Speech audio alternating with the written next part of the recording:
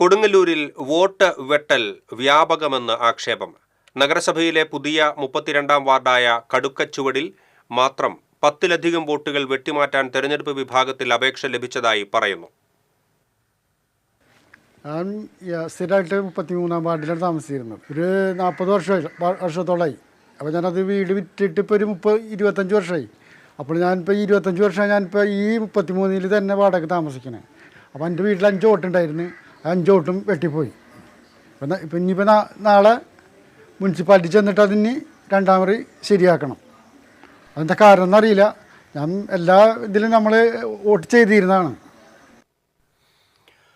വർഷങ്ങളായി ഇതേ വാർഡിൽ തന്നെ താമസിക്കുന്ന കുടുംബങ്ങളുടെ വോട്ട് നീക്കം ചെയ്യാനാണ് ശ്രമം നടക്കുന്നത്. ഒരു വീട്ടിലെ 5 വോട്ടുകൾ മുഴുവനായും വെട്ടി നീക്കാൻ ശ്രമിച്ചിട്ടുണ്ട്. BJPയുടെ പ്രാദേശിക നേതാക്കളാണ് വോട്ട് വെട്ടലിന് പുറകിലെന്ന് CPM ആരോപണമുന്നയിച്ചു. 33-ാം വാർഡ് കടുക്കച്ചവടായിരുന്നു.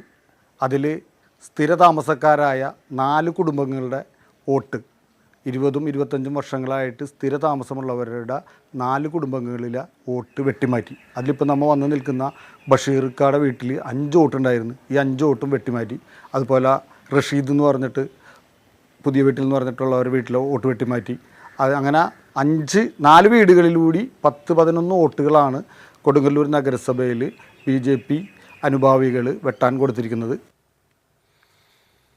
സമാനമായ രീതിയിൽ മറ്റു ചില വാർഡുകളിലും വോട്ട് വെട്ടൽ നടന്നിട്ടുണ്ടെന്നും പരാതിയുണ്ട്.